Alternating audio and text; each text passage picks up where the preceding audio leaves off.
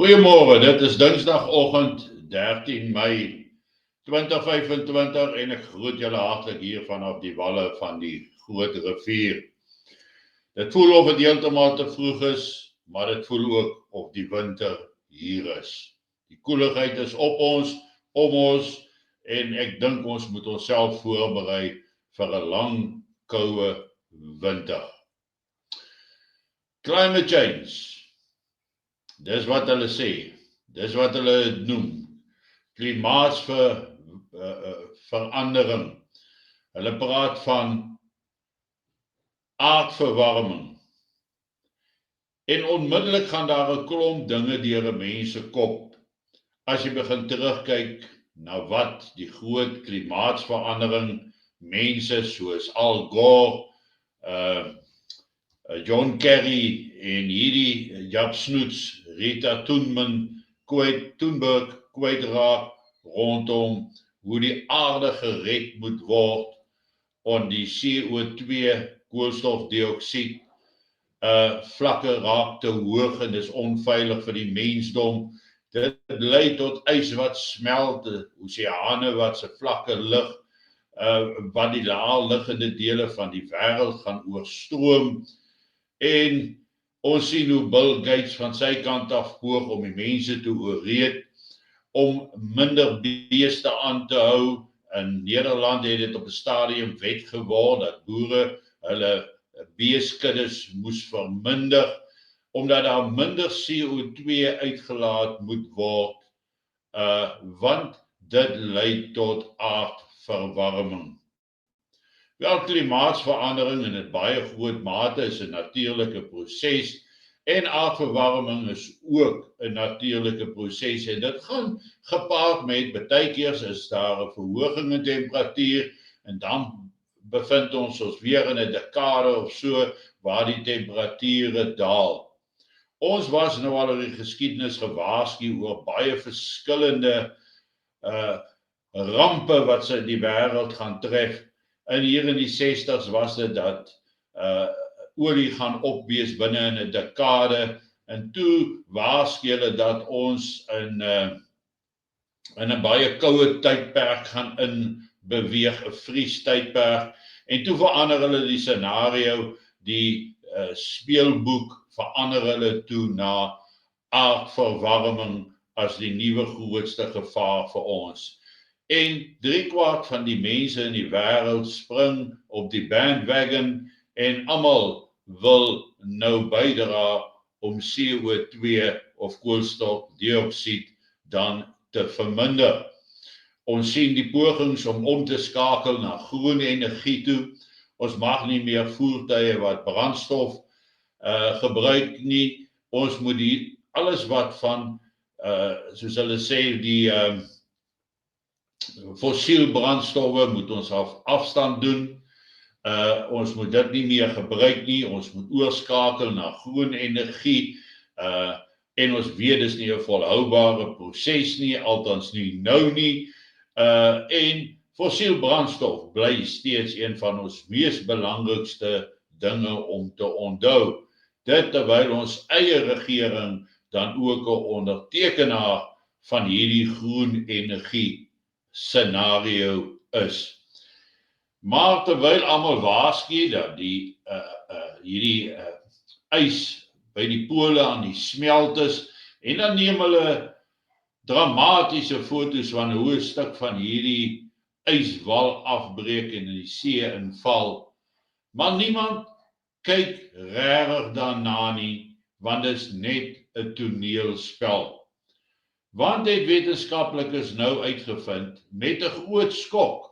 Daar staan scientists are stunned as Antarctica gains 108 billion tons of ice in just 1 year.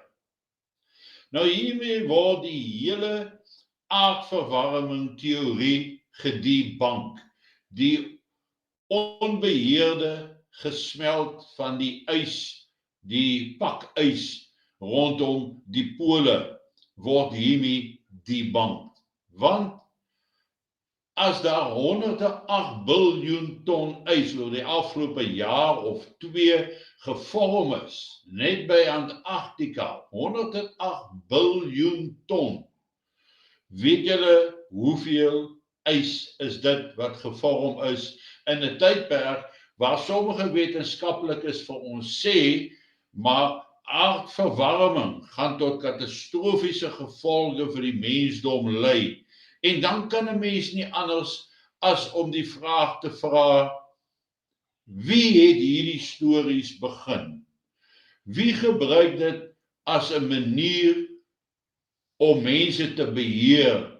Wie is hierdie mense wat die klimaat as 'n wapen teen die mensdom wil gebruik? Want dis asof almal fokus daarop om die mens te beperk, maar eintlik inherent ook by te dra tot die ondergang van die mens. Ek speel vir julle die volgende videoklip. Wees geduldig, luister mooi na die vraag wat gevra word. Panelists, let me just go right down the line real fast. What % of our atmosphere is CO2? Take your best guess. You don't have to be accurate. All down the line. Repeat that question. What % of our atmosphere is CO2, carbon dioxide? Wild guess, it's okay. I'll bite 5%. 5? I'll just follow you then.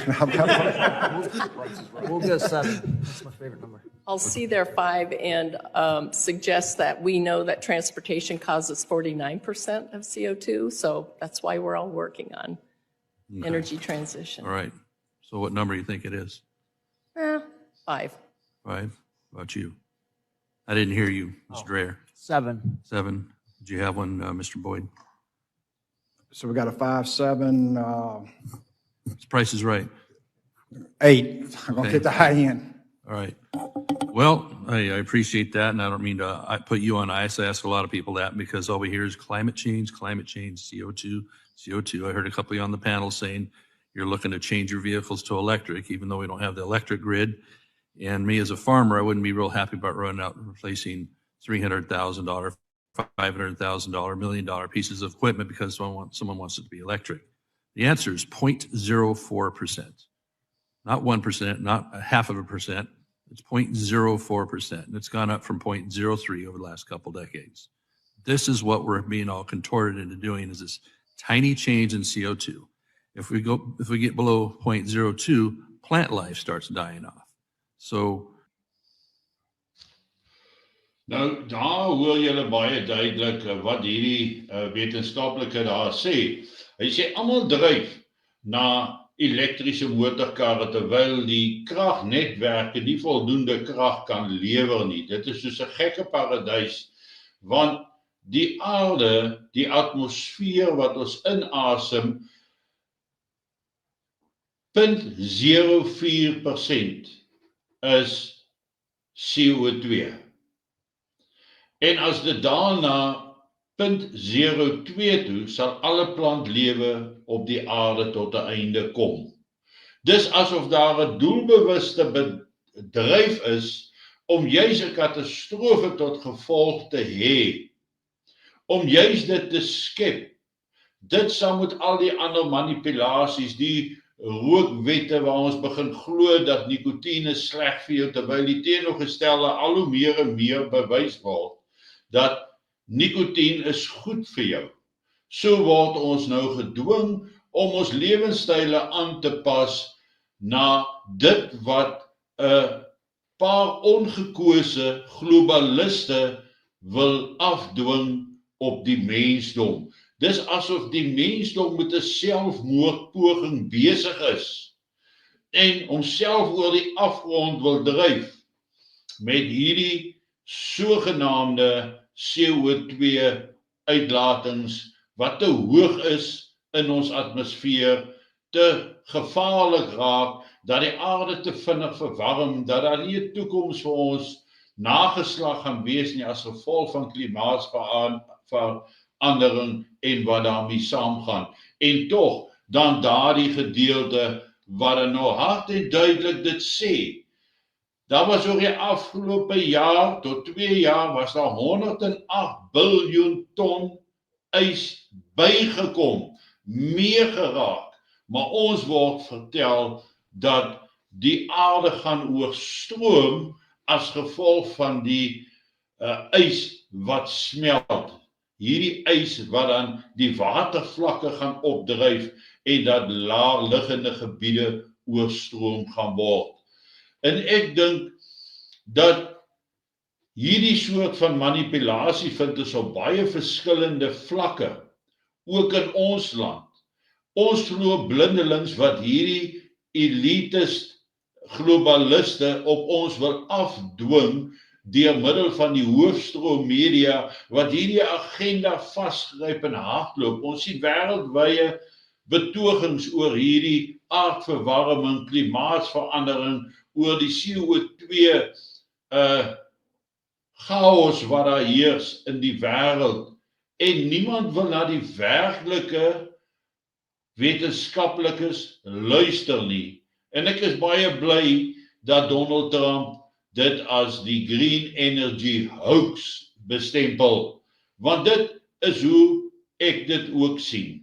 Want omdat klimaatsverandering 'n natuurlike proses is wat moet gebeur oor 'n lang tydperk, die wisselings wat daar plaasvind tussen hoog en laag, almal wat net bewyse vind van hoe die ys smelt, maar niemand sê iets oor die ys wat bygekom het nie, en intussen volg ons maar alles blindelings.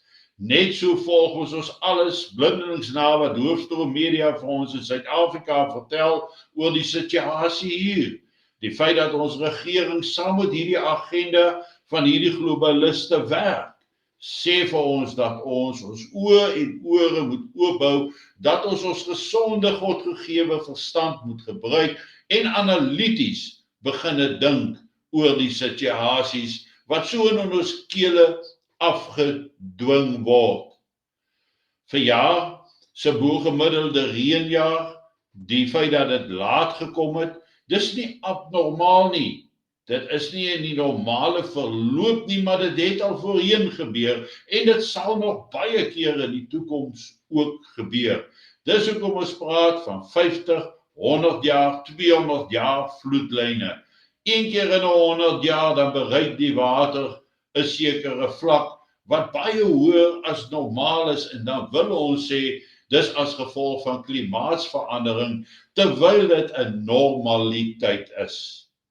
En ons het 'n verpligting om gereed te wees vir enigiets wat deur die globaliste, deur ons regerings, wat maar instrumente in die hande van die globalistes is, in ons kele probeer afdwing. Ons moet gereed wees vir enigiets wat ons kant toe kom. Ons moet wakker wees, ons moet oop oë wees en ons moenie val vir elke triek wat hulle deur die hoofstroom media aan ons verkondig nie. Geniet vanoggend jou kondensmelk koffie en ek is dan môreoggend weer terug by julle. Mooi loop, lekker dag.